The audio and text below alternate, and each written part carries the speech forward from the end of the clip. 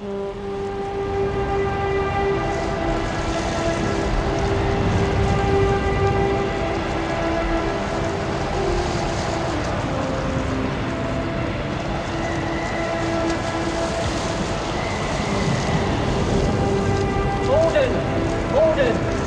send Moorhouse to save the house. Come on, the house! That's really interesting, Motty. I think when I've obviously you'll be able to remember Renners, and I might be jumping ahead, but in the season before, and I think the majority of people would agree with me here, that the club was broken. The Pro had kind of dismantled everything, and it wasn't a great place. But David always said you had a massive impact on the club and you were the perfect Pro at the right time. So I think your kind of contribution to the club to get it where it is today is immeasurable, actually, I think, too. Oh, that's sure. Yeah, thank you. It's all right. I mean, I always just think that I think that back in the day, most Australians that went over there, there's a kinship with English. Most of us come from English stock or Irish stock, whatever it is. But there's a gravitation back to the UK, and for us, it's something we don't take for granted. Like even walking around here in Cardiff now, it's cold weather. We get to put the wellies on and jackets on and stuff like that. Like for us, it's a novelty, and we thrive on the fact that you guys love having us over here, and there's a real brotherhood that comes of that. And league cricket is something that's really dear to my heart and dear to a lot of Australians' hearts back in the day, where we just come over here and you feel like you're hanging out with people that have the same interests. They're working maybe full time, you're not. You might be playing golf during the week or catching up with people traveling, but literally, like, you turn up on a Saturday and 1 o'clock start, whatever it is, 1:15, and you're playing with people that just love playing the game, and you can't put a price on that. It's just an amazing, I suppose, privilege to be in a position where you come from the other side of the world. You're getting your airfare paid for. You're staying in some nice accommodation, and you're playing with people that are out there playing for the love of the game. And it's something we regard as very special. And you did that. Yeah. You did that, Motty, and you could see that. We were all trying our nuts off, and we would do everything we could. And you never, there were never any judgment from you. And I hadn't really considered that, Joe, from the previous year, of how difficult that must have been. We had to take Matt off the Leeds and Liverpool Canal 3 times the previous year and take him off bridges and everything else. And then Motty comes along and brings it all back for us. I think it's worth at this point. Go on, Matt, go on. So just as I completely forgot about that, Joe, that's an absolute fantastic point. And I can never forget the time. Obviously, we knew Motty. I think we've been out. I think we've been to a cricket game with Flags at Old Trafford, and you and Nick Westwell from Church. So we knew this, like, very similar to Frags, like, say, cheeky Australian, good fun, like to be a great lad, play cricket hard. I remember going up to David Wren's house when the opportunity was there that you were available. I don't know how that came about and whatever it was. And David just said, he's just the right character to turn this club around. Because like Joe said, it was broken, and he did everything he could.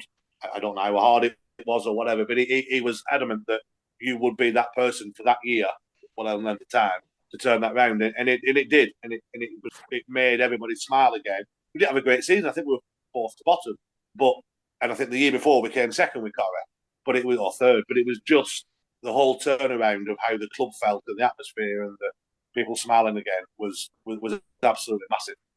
Thanks, Matt. It was outstanding. Go on, Gav. But it were, though, because I'm not pissing up your back, Motty, but you knew everyone's name. Do you know what I mean? Even like us kids in the second team, you knew his name. Do you know what I mean? Whereas that gullet year before just used to call you and refer to you as you and oi and stuff like that. Whereas we're 17, 18 and 2s getting hammered every week, coming back to a club, and you go like, all right, Johnny, all right, Charlie, well, Charlie Renate at 15, but all right, Dooch, all right, Gav, little things like that when you're younger, it's great, and like now we'd probably take it for granted, but we'd had like we're all saying there, we'd had year before it, we're in nightmare, Horrible, so it made the world. It's a great point, Joe. Well done. Well done, Joe Martin. 100 episodes, you've come up with a good question or a good point. Finally. If we just go through very quickly, the Lancashire League career, Motty, because I'm really desperate to get on to your coaching, how that developed as you played and going towards Glamorgan, and then the steps you've had, because I'm quite sure that a few of us have got a few questions of how you've got to where you've got so quickly and done so fantastically well. But it's worth mentioning, your facts and figures at church, 1,097 runs at 57. For us, averaging 43.6, and a shit summer, really, really poor. And then Rottenstall, I mean, I know it's a postage stamp and you've got Vinny on your side and he's telling you where to hit it. Only hit it square, Mottey. 1,317 at 59.9 and 1,391 at 81. There's some scores there. You're getting tons regular away, and then you came back and pro'd 3 years later for Colne against Burnley and 170 not out, which was a league record. First of all, I'm sure other people have got the odd question. They're phenomenal figures. And you're bowling, you didn't get the wickets that you probably, that I think your figures deserve. You were very good at coming on. You had that daft cheeky bouncer that you'd try and bowl when Chippy weren't ready. And I think you were trying to hit Chippy on the chin more than hit the batter. But those figures, how did you find it playing in the league around that time? Did you find it really easy? Because it looked easy. Or was it something that, you were just cool and you just took people apart? I would say league cricket to me was, and I'm not saying this just because I'm on here, and I'd tell anyone that I would love to have played a lot more league cricket. I love league cricket. I think it was something really special. It had just an aura about it for me. It was when I retired from first class cricket, I was ready to retire. I was probably going to get retired anyway, but I always thought I had a lot more league cricket left in me. I didn't want to play a lot more cricket in Australia. It's way too hot and too hard, but I loved league cricket a lot. And I wouldn't say it ever came easy. I definitely felt more pressure as a league pro than I ever felt as a first class cricketer because of that expectation. But it was a good level of pressure. It was, I didn't lie awake at night thinking about it, but you knew as a league pro that you had to perform, and if you missed out, then there's a fair chance your team was going to have to play well to win. That's just, and everyone knows that.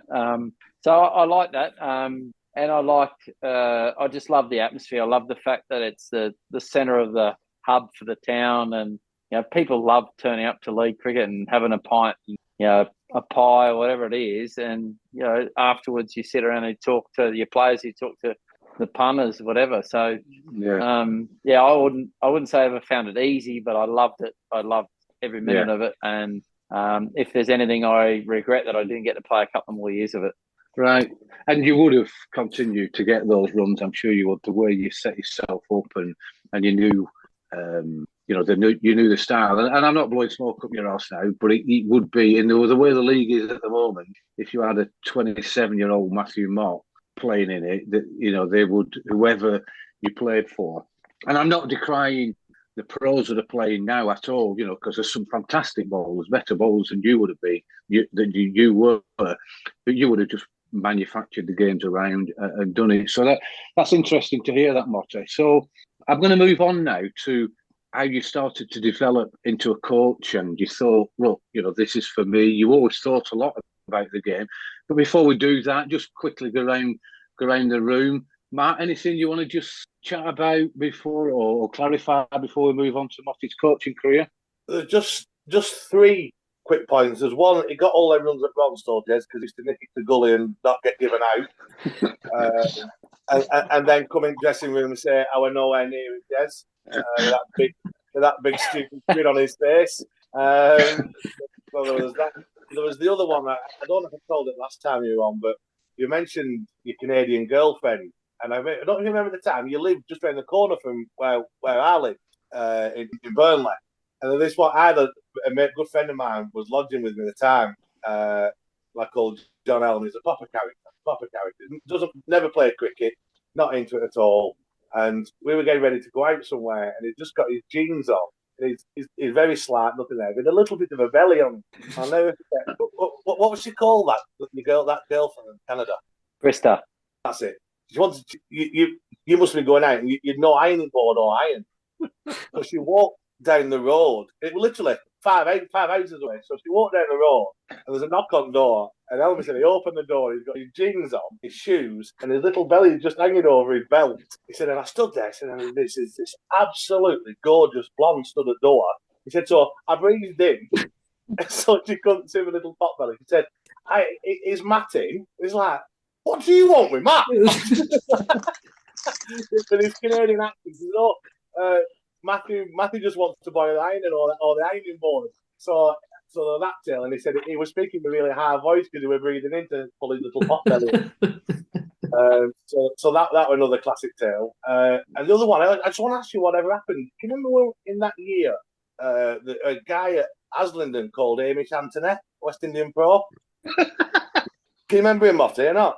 Yeah. Because I'm right. I think he got done for selling the club card, didn't he? Did you not buy it off him? No, I did not. No. I didn't know that story. Yeah, allegedly he got done because he sold the club's pro car. Didn't he get pulled in Tesco's as well for switching like a price tag for a can of spam and putting it on a big beef joint for something stupid like that? 49 big joint, yeah. Oh dear. Yeah. No. What happened there, Motty? When we were going through the scorecards, me and Matt were belly laughing in this hotel room because we've seen these different names. You know, there was McGarrell, weren't there, at church? There's a great story about him that's been relayed on this podcast. And then we started laughing about that car. I mean, the lad didn't understand clearly that he thought the car was his and he sold it midway through the season. So we hatched this plan. Why don't we suggest that Motty bought it? We're clearly, for all you listeners, Motty definitely didn't buy the stolen car. That is, I didn't buy it. I wouldn't have been able to afford it. Not on Lowerhouse's wages. Oh, thanks, Matt. Thanks for bringing those points up. Yeah, it was some good memories. Joe Morton, you're only 4. Anything you want to just throw in about the Lancashire League before we move on? No. I'm just surprised that I made a good point earlier. Well done, Joe. Gav? Well done, Joe. No, I'm ready to move on and talk about coaching. Gary? Yeah, ditto, Jez, ditto. Okay. So, Motty, I think your last first class game, would that have been 2005-ish, 2006? I think before that. I think it was 2004, maybe. Oh, right, okay. I actually played for Holland after that, which might be... Of course, yeah. First class, but yeah. Oh, yeah. Yeah, I do remember that. Good luck and good management. Yeah. So you're looking at, that early 2000s. When did you... And it's almost like a football, like what people ask football coaches. Did you think when you were starting at Queensland or in Victoria or any of your league cricket or getting your big runs at Victoria, I want to stop in cricket for the rest of my life and become an established coach? Or did it just manifest itself naturally? I always thought I would be in coaching somewhere. Like my plan, my brother was a phys ed teacher and I studied teaching after trying a couple of different things. And I always thought that maybe my job would be in a private school somewhere in Queensland. But I always had an idea on coaching. I did my level 1 coaching, I think, when I was 16. I did my level 2 when I was 21 at the Cricket Academy.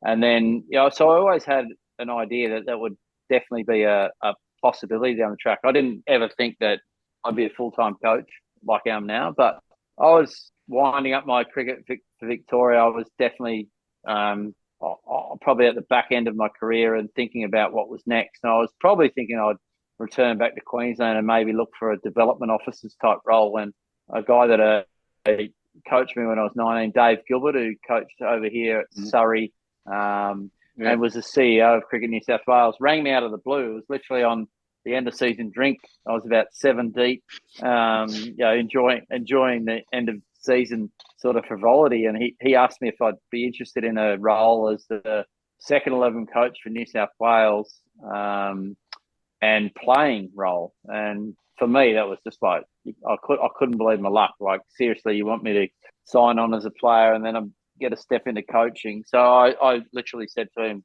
there and then, I said, yeah, I'll be there tomorrow. Like, let me know what the details are. And didn't think anything about what it looked like, whatever. It was just like, what an opportunity.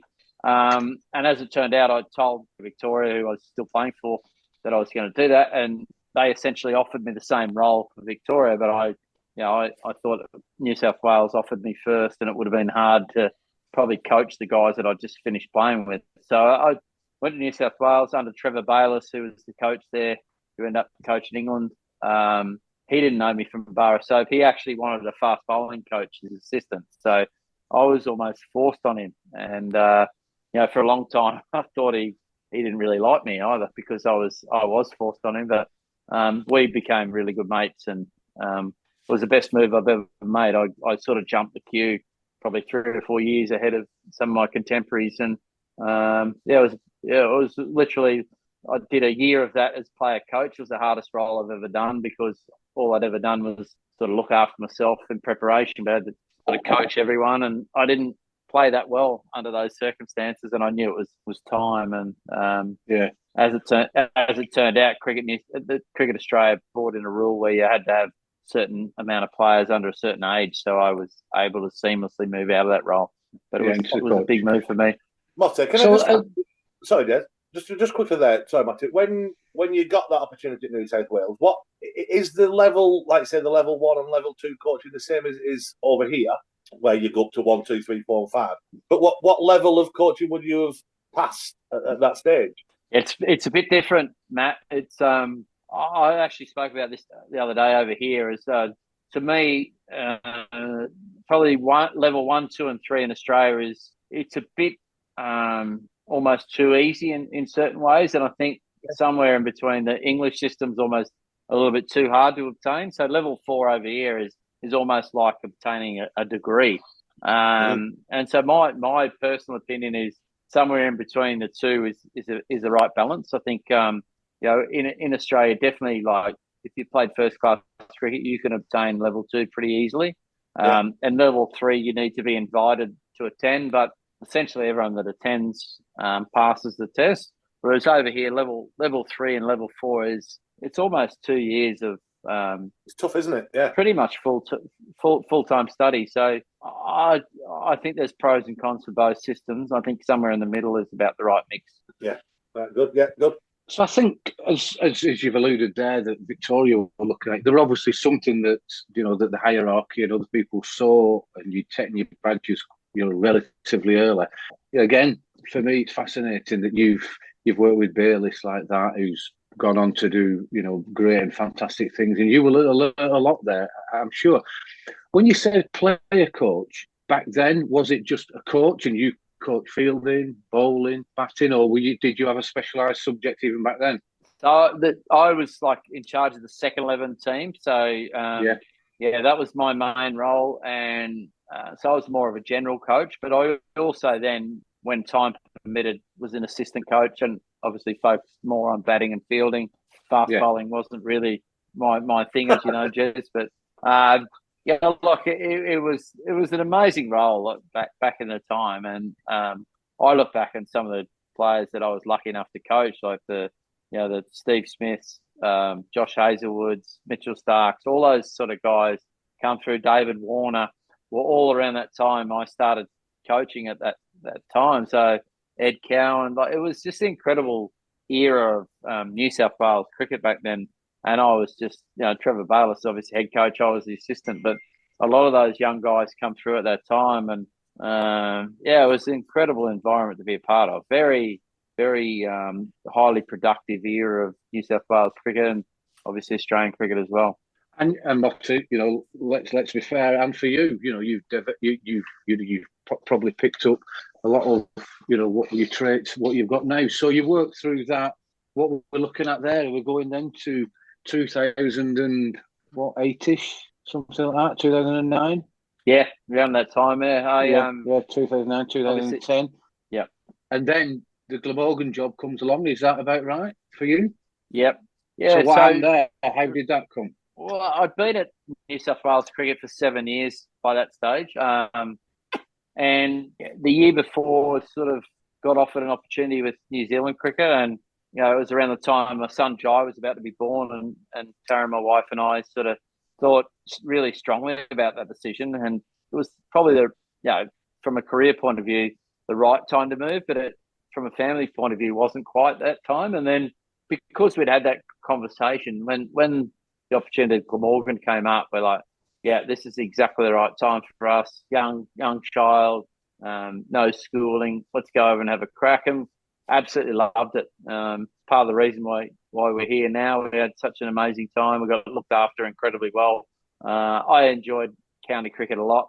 Obviously, for a lot of the reasons I said about league cricket, but you just got a heap of guys that just love the game and play it professionally, and you get to travel around the whole country. And the difference probably between Shield cricket and county cricket was that you could take your family wherever you wanted. Like if we wanted to, go to Derby for whatever reason, and for 3 or 4 days and stay in a nice hotel, we'd just get in the car and go. And we had an amazing couple of years here, and we left with a heavy heart going back to Australia. Actually, we probably wanted a couple of more years, but it was the right time because Jai was starting school. Yeah, and I'll ask the other lads to come in and any questions about the county cricket and the circuit, because it is tough. The amount of cricket that certainly county championship games and then they move into the one days. How many coaching staff worked at Glamorgan when you were there? What sort of level and how many were there? We probably had realistically another 4 coaches back in the day, and I didn't ever think it was that tough, county cricket. I think it's actually reasonably family friendly in terms of like you don't spend a lot of time away from home. Like I think in the roles I've had with Australia, it's a bit different. Like the Australian women's team, you could go away for a month and a half at a time. Even the role that I'm in now, like you can be away from your family for periods of time. But the best thing that attracted me to the English white ball role was the time that you actually get to spend at home. And it's always an interesting balance as well. Like in Shield cricket, when I was coaching in Shield cricket, often you fly away and you come back and you never really got into a routine with your family. Like you always felt like you were sort of dropping your bags and then getting ready to go again. Whereas I didn't feel that in county cricket. I felt like at any given time, if you needed to spend time with your family, particularly when your kids were younger and they weren't in school, that you could get that time. But it's different once kids go to school and you can't upset their routine as well. Yeah, and I suppose that is, and I will come in to see if anyone's got any questions around the county circuit. And the players who are playing now, it might be because of the attractions of the 100 and the T20 and those who are good enough to get contracts at IPL.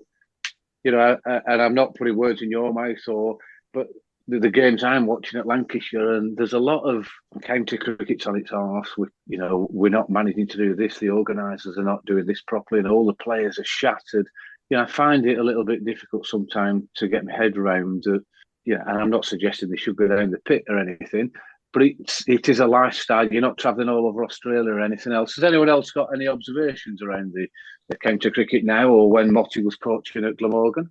Yeah, I've just got a question about coaching, really. So, Motty, when you were sort of like in your playing days and what have you, whether it be sort of in Australia or wherever, which coaches would you say you took the most from and you learned the most from? Yeah, I think they're all just so different. I don't think I ever had any 2 coaches that were the same. Rod Marsh, an amazing influence on me when I was at the Cricket Academy, and I think he had a huge influence on a generation of cricket. I think his impact on Australian cricket is undersold enormously. I think anyone that went through the Cricket Academy under his his reign would look back and go, what an amazing opportunity it was. He looked at the game very differently. Obviously, it wasn't a results-driven game, the academy, because it was about development. But I remember him when Test cricketers were scoring 220 in a day, and he was like, "No, we're trying to score 400, and if we get out doing it, I don't care." That was a revolution back then. And when you think about the Australian team after that, he had a huge impact on that. So he was massive.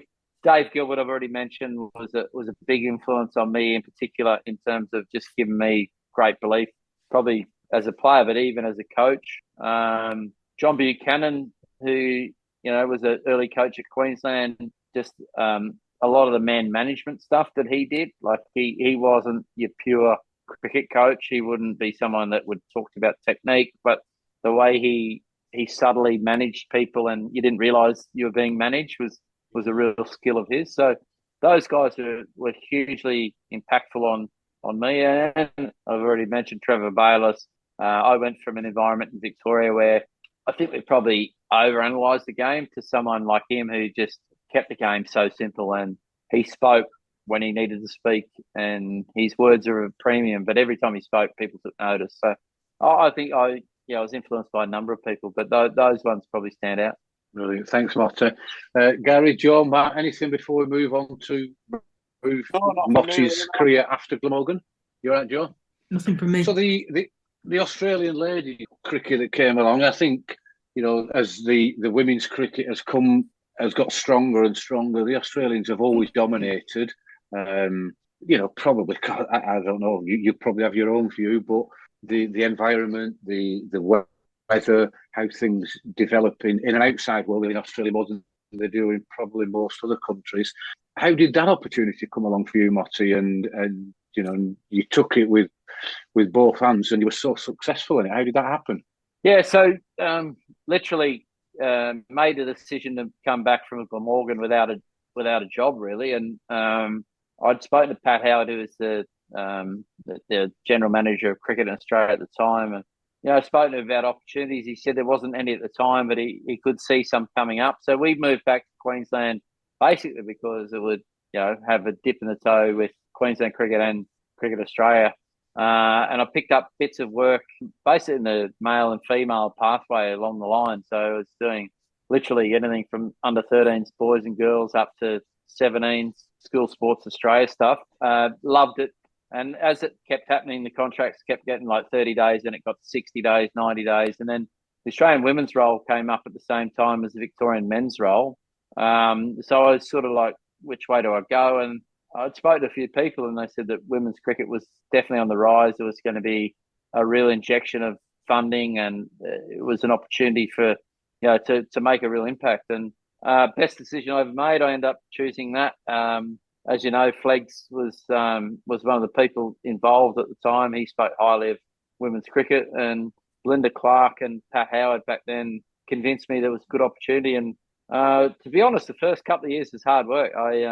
We were expected to win a lot because the team had been used to winning, and we missed out on two World Cups, and particularly the 2017 World Cup, we missed out in the semi-finals to India, and we lost a few staff over that. Like it was tough times, and I was probably lucky to hold on to my job at that stage. So to see what happened in the next 4 or 5 years after that was pretty incredible. But a lot of people think that it was all plain sailing, but we definitely had our tough times, and had to develop a lot of relationships within the team. And when I left, it felt like we'd achieved a lot.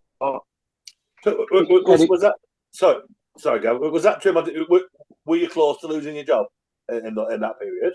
Yeah, definitely, mate. Yeah, I think we lost that World Cup. People say you missed out in the semis, but we were expected to at least make the final. It was a big shock to lose to India, albeit on the back of an amazing innings by one girl, Harmanpreet Kaur, who made 170 off just over 100 balls. I think it was an incredible innings, but there was definitely some soul searching after that. A lot of as what happens with things like that, there was a lot of questions about how we're doing things, and it was probably the best thing that happened. We had an opportunity to sort of start from ground zero and work out what we were actually going to stand for. And had we not had those times, I don't think we would have reached the peaks that we did over the last couple of years. Yeah, good, yeah. So I suppose those bad times, and again, the powers that be have seen something that you've got, and that you can keep continuing to do that. So you get I think 2021, 22, you were still in that job, were you, when the England job came up? Yep. So yeah, so I mean, you know, we're on a local cricket club podcast. You know, I've got a few questions I could ask that might be a bit awkward, and I'm sure other people on this call have. You tell us your version of events as to how that came about.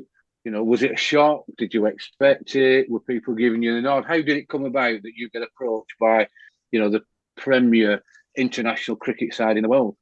So I applied for the Australian men's role whilst we're actually at the World Cup for the women's team, and it was always, for me, it was an opportunity to just go through a process. I never actually thought I would get the role. I always thought that Andrew McDonald would get the role, but I thought it was a good opportunity for me to just show that I was open to opportunities. And then once I got in that process, I actually started to think, you know, I can do this, and I was really hungry for that next opportunity. And when the role came up, I'd heard that Rob Key was going to be involved, who I'd worked with at Kent about 15 years ago, prior, and had a reasonable rapport with, and I shared a pretty similar view on the game. So when that came up, I obviously sent him a text and said, look, if you happen to get this role, I'd definitely be interested in having a look at it. Not thinking too much about it. And then, as it turned out, he got the role, and he advised me that there was a process that had to take place. And as it turned out, the people that run the process for the Australian job, their sort of brother or sister company was an English company.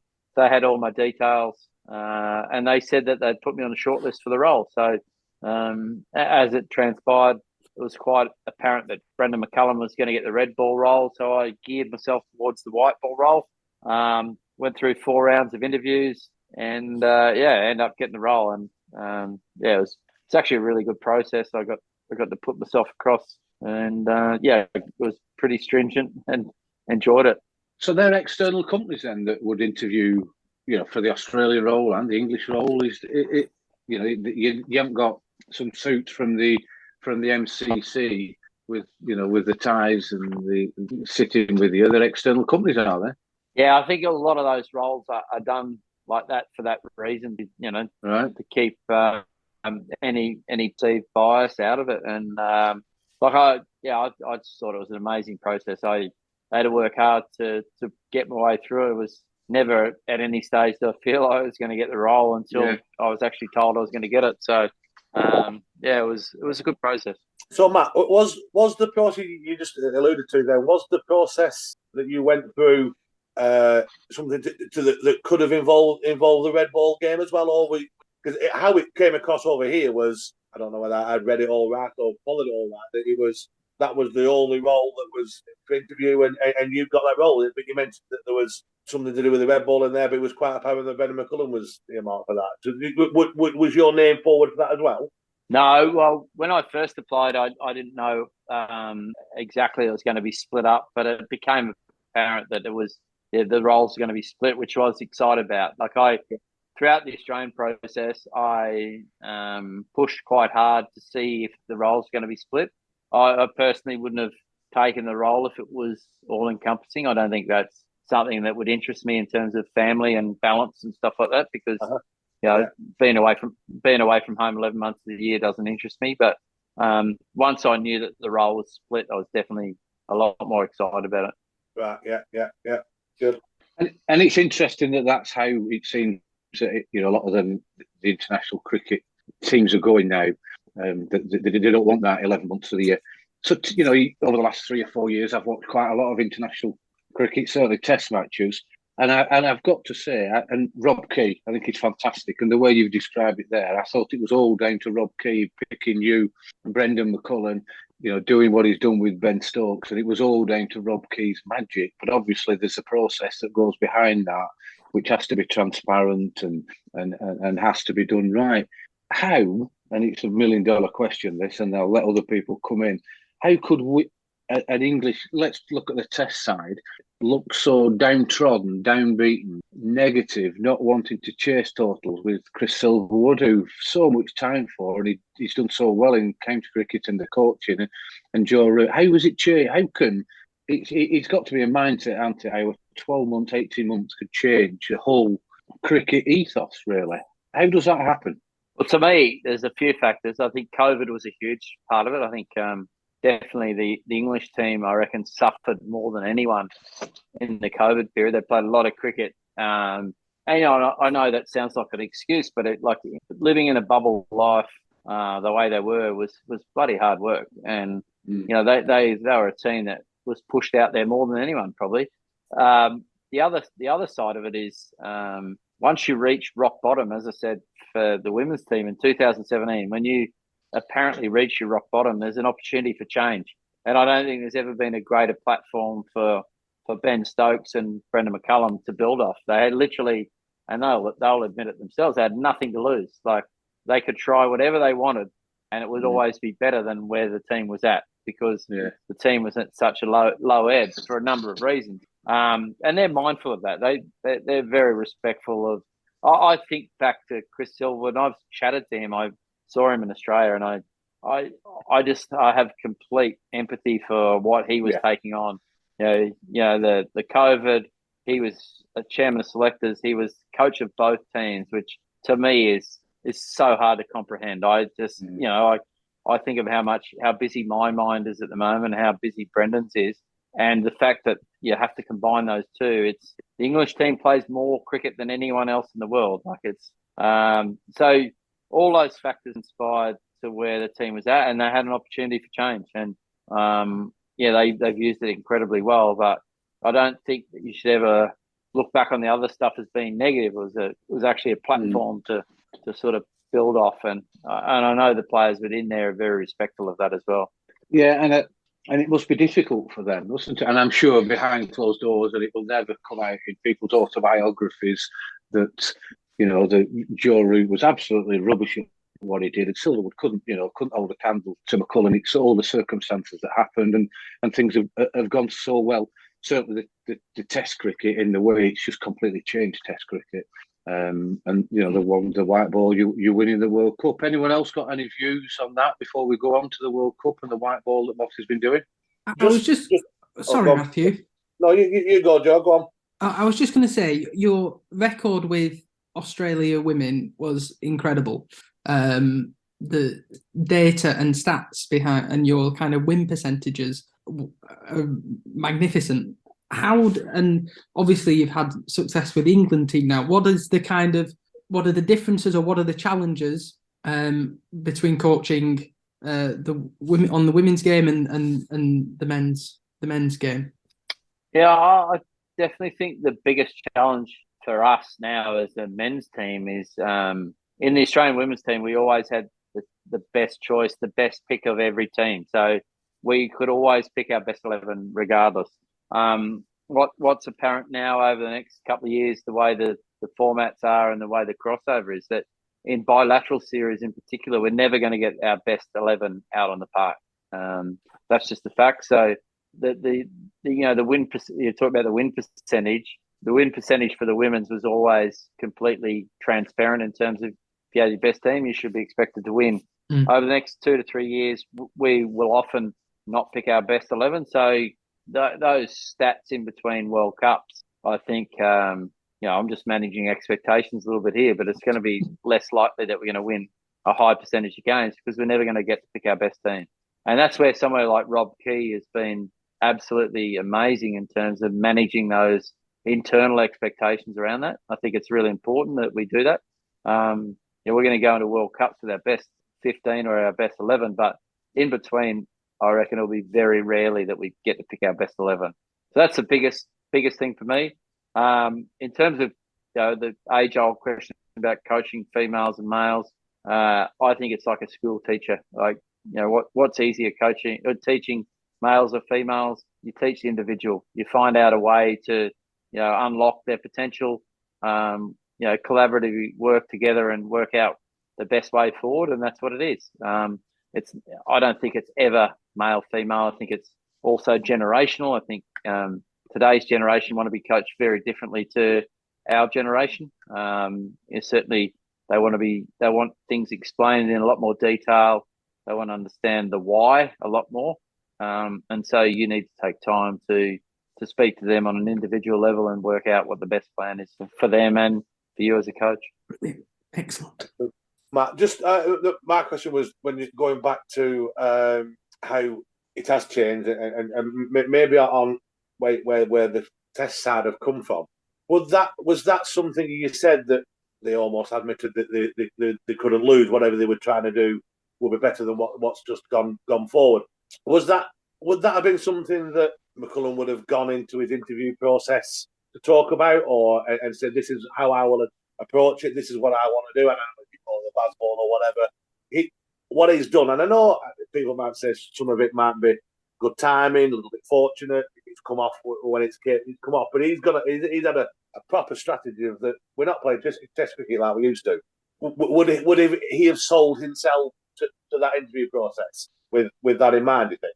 Absolutely, mate. I reckon the genius in the decision there, I think a lot of people would have thought he would have gravitated more towards the white ball role. But I think people underestimate his passion for red ball cricket. You know, like he's got a triple century in Test cricket. He's a cricket fanatic, and right. what he did for New Zealand cricket was he took a team that was basically a pretty mediocre team and took them to one of the best teams in the world, and he did that through basically a cultural recharge.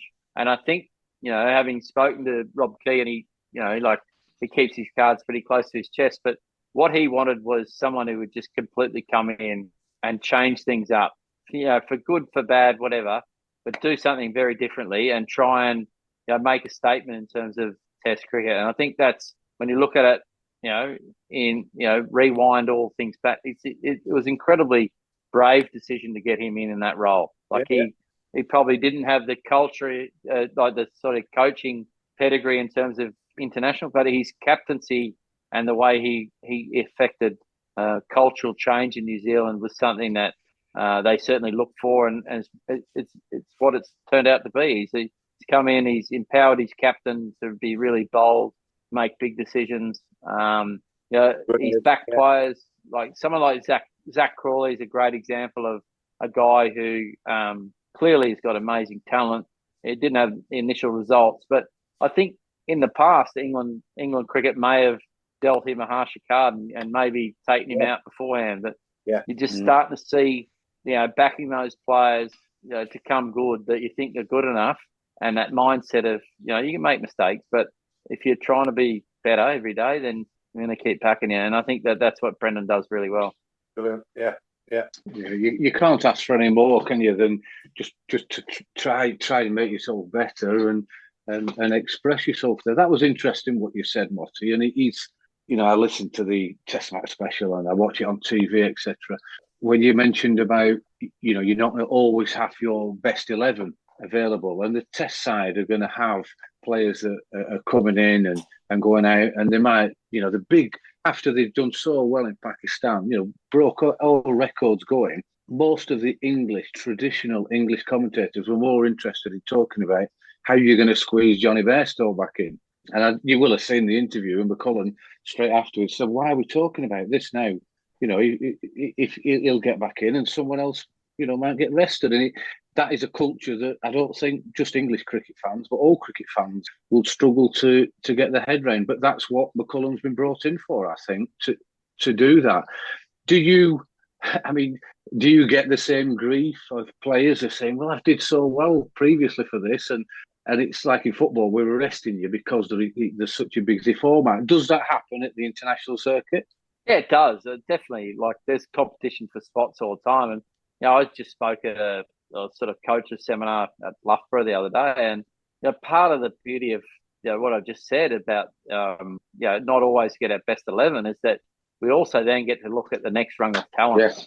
And it's really important that we get to do that. I think there's so many teams that stagnate because the teams don't change. And, that's something that's really positive about the environment that we've got now, is that, our 23rd best player is still a bloody good player. And we need to look at them. So, by missing them for, a series here and a series there, I just look at positives the whole way through. As we get a really good look at the next rung of talent leading into World Cups. There's a World Cup event every year for the next decade, whether it be World Cup, ODI, T20, or Champions Trophy. So the more that we can look at, those players, I just see it's a huge benefit. Yeah, without a doubt. And I suppose it's for us as spectators, and certainly the older spectators, and maybe the people who commentate on it, to understand that. And it's not just a case of why are they bringing this individual in.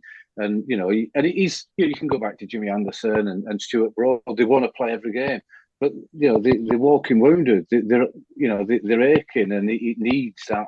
Like I said in football, people do need to rest. That's so interesting for me, lads. Is there anyone else got anything? Yeah. Just to mention to Motty. Go on, Gav. Yeah, I'm just thinking, just what you were saying there about Motty, about the Test side, and they hit rock bottom, and the only way to go up, and that's all well and good. But for yourself, though, Motty, you were joining the white ball side, where England had some recent success in recent years. So you were joining, you were, going to lead successful sides. So that's quite a different remit to what, McCullum had and what have you. So, how did you feel about that? Were you thinking, crash, I'm under a different type of pressure here in order to keep it going, or how did you approach that?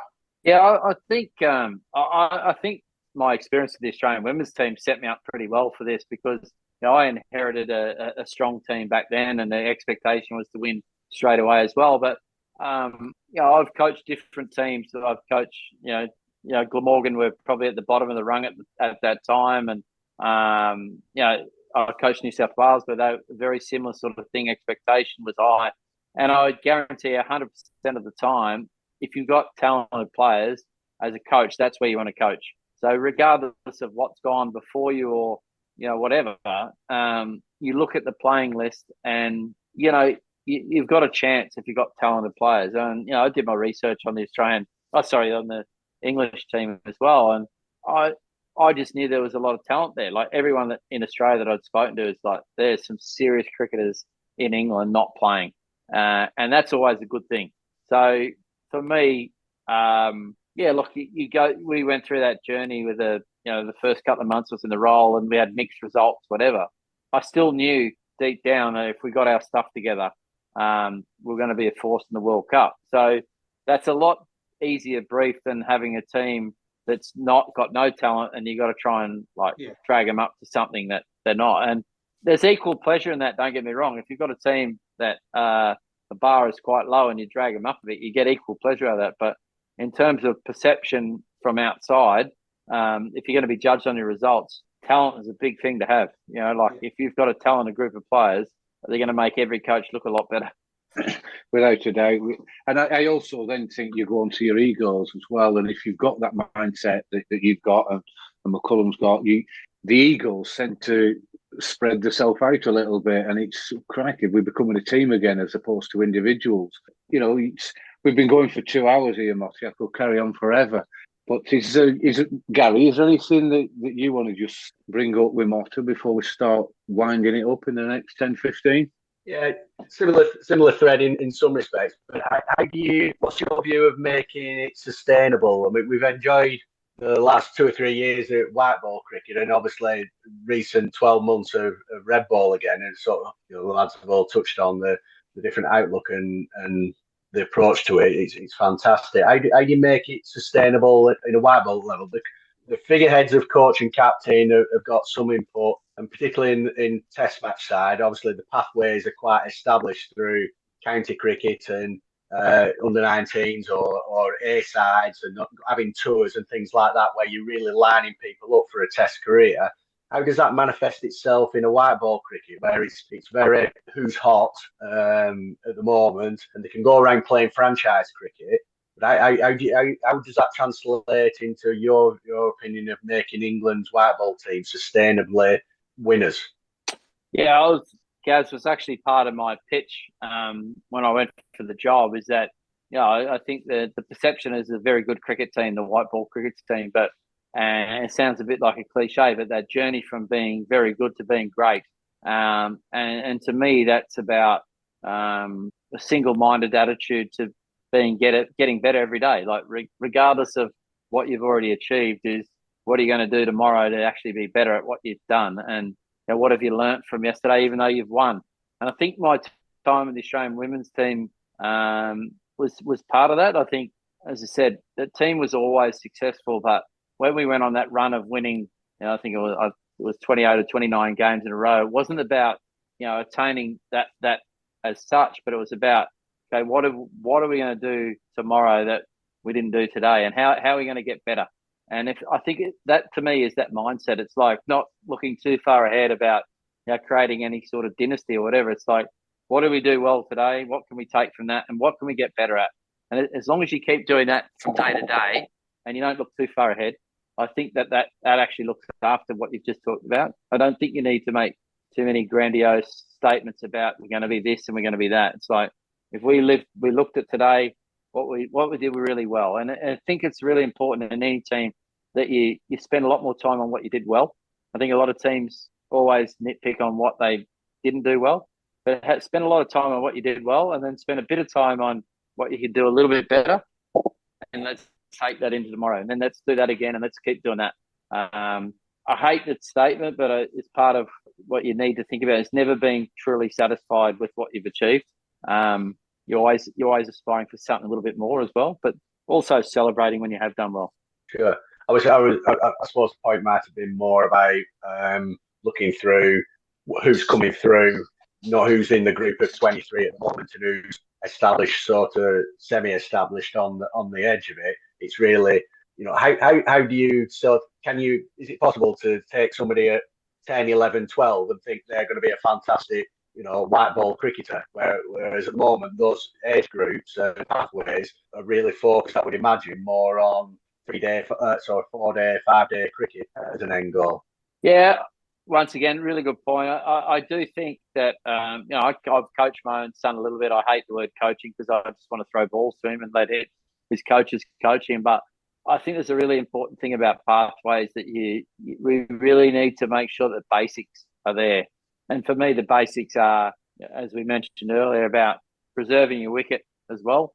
I think because once you can preserve your wicket, you can develop everything else around that. I think it's, I think we need to teach batters in particular a good bat flow and hit the ball and be prepared to take risks. But essentially, they need to be able to protect their wicket as well. And I think that stands you in good stead for any format they play in.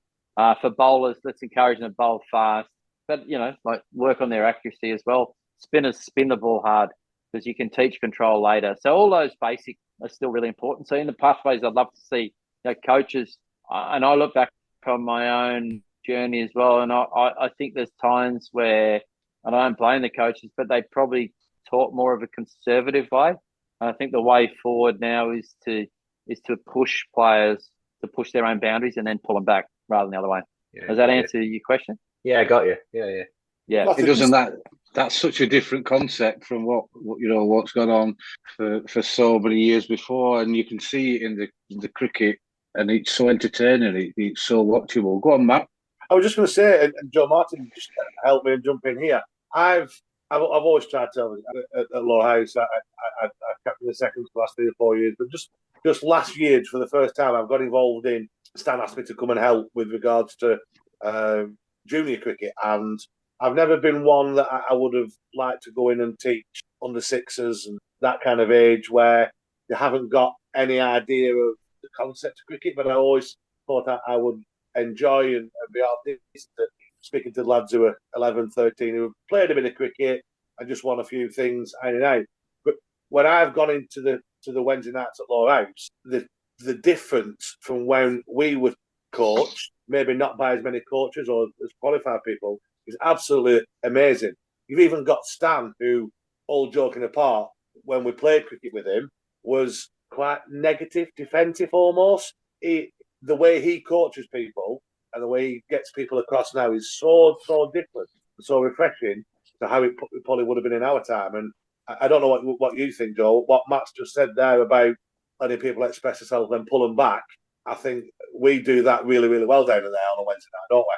Yeah, I think so. One of the important things that we're trying to do at the club is make sure that the kind of messaging to the young players is consistent across the board. So then they've got the kind of fundamental technique and the fundamental skills to play. But then with those skills, can they then go and express themselves? And when the batting ultimately score runs, and when the bowling, can they use those skills to take wickets? So I think the kind of looking at the real intricacies of specific technique and that kind of thing, there is a place for it. But I think if you can get those skills first and then ingrain them and then, let them explore the game, I think that's the kind of direction that we're trying to go at the minute. Yeah, and I think and obviously we were doing the coaching before the World Cup with Motty, but it was in the middle of some of the fantastic test match cricket we watched, and to see some of the young 11, 12, 13-year-old kids play some of the shots that they were attempting to play, if a 25-year-old Matt Hope had done that in a Stan Eaton side, he'd have gone absolutely ballistic. But that all comes from what they watch on TV, how Stokes hits it, how Root hits it, and all like that. And Stan just seems to just let them do it. Let them do it. Just let them express themselves and let them be like the people that like looking on telly. Whereas before it'd have been pat together, don't get out. And it's just great to see how at our level, junior, like local cricket club junior level, how they're allowed to do what they see the guys doing on TV. I was that really took me by surprise, that joke, when I went there.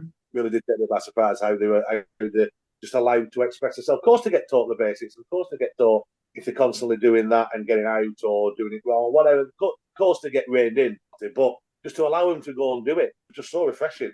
Yeah, I think for that, Matt, the main point for me though is all that stuff is the icing on the cake, not the base. And I think that the best players use all those shots as a real point of difference, but they still have the base, the fundamentals. And if I look at, if I look back on, if I employed the reverse sweep when I played, I would have been a very different player. Like, back in when we played, it was considered a cheeky shot, an arrogant shot, or whatever. To me, as a left-hander now, it would form the basis of how I played off-spin bowling. I would, you basically, as a left-hander against off-spin bowling, you've changed the whole dynamic of something that was threatening to something that is a strength. All of a sudden, you turn a ball that was turning away from your outside edge into basically a free sweep shot, and they have to employ a different fielder. So it's like it has changed the game, and there's so many players that got nailed for it back in our day because it was you got out to it, you looked arrogant or you looked stupid. Now it's a genuine shot. It's as good as a cover drive against an off-spin bowler because it's very low risk and it's a great reward. The game's changed a lot. Yeah, but no, you're right. You still having the basics and the fundamentals, but not holding them back, like you said, letting them express themselves. And if they get too far, then just rein them a little bit. But you've got to have the base, and that's what I found, and that's why I was involved at that age group, because they have now got the foundations and the basics. I would have not qualified enough for good enough to do it like Joe Martin does with his 6 and 7-year-olds, but the rest of it, I think it's just great to see, and just so refreshing. These lads and lasses all doing things that they've seen on the TV and doing it okay as well, and not being chastised for it. Yeah, I tell you the other thing though, Matt, is it's amazing how often the great players just seem to do the basics better than everyone else. In whatever sport it is, but the greatest players don't seem to need to do all that other stuff as much because their basics are so sound. So, I think for the average player, it probably has a bigger impact. For the great players, they just seem to do those basics so much better than everyone else. Yeah. And I suppose they practice it a lot, Motty. The likes of Josh Butlers and all these are so quick hands. They'll know the percentages of 99.9. I'm just wondering, if someone like Matt Hope trying to reverse sweep Roger Harper up Bakewell, what that would have looked like, really. I can't even to think. Jez, if I knew now what it then, you can imagine I'd have took it to pieces. You'd have rolled down that hill. I would. I'd have ended up with Roy Rosendale outside that bar. That's right. It is fascinating, Motty. We could go on forever, but I appreciate, we're two and a quarter hours into this, and you are in the UK, so it's not in the morning for you now. So if we just all have a little think for the next 5 or 10 minutes, we'll look to wrap it up. quite shortly. If I can just say to you, Motty, I really appreciate all what you did, the club in the late 90s. You know what David Wren did the club for the club. His wife Judy still listens, and Andrew and Laura, and they really appreciate these sort of discussions. They will always be listening to it, and all the fans will really enjoy it. Because I can't say thanks enough for the efforts that you've put in and how easy it has for you to come on. So from me, thanks very much. Joe Martin, is there anything you want to just finish up with whilst we've still got Motty on and it's don't become 4 episodes? Oh, I'm muted, sorry. This has been amazing.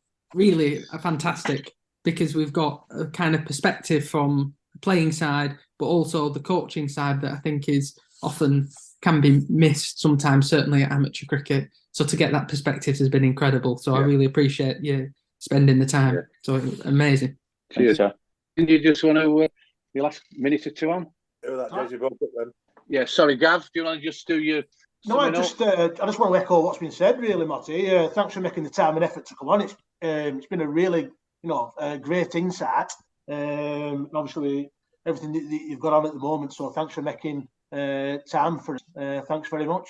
Thanks, Gav. And mate, the comment you said about remembering everyone's name made my night, because I think that's one of my greatest weaknesses. But I'm glad that I was pretty good back in the day, mate. But love the club. It was a very enjoyable time, mate, and I've enjoyed tonight as well. Thank you. Fantastic. Gary, I'll come to you last. But Matt, if you could just, when Matt was laid up in his hospital bed, like a 5-star hotel, he commented about coming over as I can't remember how old you would have been, Matt Hope. And Motty very kindly put Matt up for at least 10 days or so. And Matt, he brought photos back of watching you. Was that Queensland, was it, Matt, you went to? No, Victoria. Oh, Victoria. If there was only Matt sat on the grass watching, a state game with about, 24 beers all around him, and no one else was watching. Have you any little stories about that, Matt? What are your memories around that? Yeah, some absolute brilliant. So it was that in 1999. It was the year after. So it'd have been the Christmas of '98. So I will have been 27. Right, that old? I didn't realise I was that old. Yeah, I must have been. Yeah, so I'd have been 20. No, I weren't. I thought I was younger. Anyway, don't mind. I was early mid-20s. And there were some great stories. There was one where Motty was fielding, and Adam Gilchrist was playing. We were playing Western Australia, if I remember rightly. Joe Angel were playing, Gilchrist were playing. Ian Harvey was in your side, I think. Darren Berry was in. You remember that name? And I was sat on the deck chair, and I had them cans. They were 24 days, but they were only little stubbies. And I had no hat on. That's all right. Yeah, and I had no hat on. Bright red. Motty, they got a wicket, and he run over from the middle of MCD and said, "Get your fucking hat on, will you? You're going to die." So there was that one, and then the last one was when it must have been the last game of the season, because you all went out at night, Motty. I don't really remember. And Channel 9, had you just won it or qualified for the final or something along those lines? And Channel 9 were out, and they were following them everywhere. And you've got this little burnt to a crisp ginger lad from England out in the bar with all these lads, the likes of Motty and all the David Saker who played at Enfield and people like that. They were all trying to get me up on being interviewed on Channel 9 with these sports presenters. Trying to interview Adam Gilchrist and David Saker and Matthew Mott. There's this little burnt lad from Burnley sat it back there trying to hide. 24 deep. Yeah. Probably 23 or 24 deep. And then, but no, it was great. And again, just because of that, obviously I was over there. I was staying with Matt. He very kindly put me up. How they were with me because of the league cricket and obviously what they'd enjoyed over there. A lot of people spoke to me who played in the league, and they were all so great. You know what I mean? There was no arrogance with them. There was no who's that dickhead sat in middle of corner wheels. You know what I mean? They were all really, really nice and really, really friendly, and just made you feel so welcome. So no, it was brilliant. Really enjoyed it. Brilliant. Thanks, Matt. Before we come back to you, Motty, to finish, and we'll close this episode. Gary, anything from you for the final bits of it? It's been a good chance to reminisce for that season, that year when you were over, and also obviously hear about all your successes since. But I think we're gradually getting through that decade in terms of knocking off all those years and stuff. So this was one of the highlights, sort of to go through, because I genuinely didn't think that we've managed to pin you down, given how busy you are, etc., in your schedule and stuff. So well done, Jez, for managing that. It's been an absolute thrill, and good to catch up with you again, Motta. No, cheers, Gary. Guys. Good on you, mate. And then, so finally from you, Motta, before we finish here, genuinely, as we talk this through now, as you're aware, 2004 was our first piece of silverware, and since then, Joe Martin's been collecting them like shells off a beach. They're non-stop. They're doing so well. A lot, it's from stands, coaching, and the older parents that are involved there. We've got a great junior section now, and it will only, I'm convinced it will only get better. So a real wholehearted thanks for coming on, Motty. I guarantee the spectators and other people will listen to this to really enjoy it. So thanks for coming on. And from you, the final words, if that's all right, please, Motty. Thanks, mate. First of all, well done to all you guys. I think it's an incredible effort, 100 episodes, to get through that, and, the dedication that you have to do that. Someone like David Wren, who's mentioned before, I remember, thinking that the club, there was a chance it could have folded at one stage, and was all that stuff about the lease. So the fact that the club's so strong now and so vibrant is, something you should all be really proud of. I had an amazing time at Lowerhouse. It's a big part of, the people that are there. Like, we don't speak all the time, but as you see tonight, it's just like, it was just yesterday that I played at the club. I have very fond memories, and I wish you all well. Wish you all well in the future, and appreciate that you had me on. We've had some bloody good pros as well. All the blokes that you've mentioned, the Ryan Harrises and the Sean Flegels of the world, are good mates of mine as well. So Andrew McDonald, it's been an incredible cohort of pros that have been at the club, and we all wish you well and look forward to keeping in touch. Brilliant. That's all for boys club, isn't it? All these people we push on to greater heights. It's amazing. Exactly. No, that's right. But they always come back on the podcast. They always come back and have a chat with us. Really appreciate that. Thanks very much, everyone. I really hope you've enjoyed this episode. Don't forget, subscribe, like it, go on Facebook, on Twitter, wherever else you can go on. Encourage your family and friends to listen to it. And don't forget, support the club. The season will soon be here. We'll have a couple more podcasts before the season starts. So please tune in. And thanks, everyone, for listening.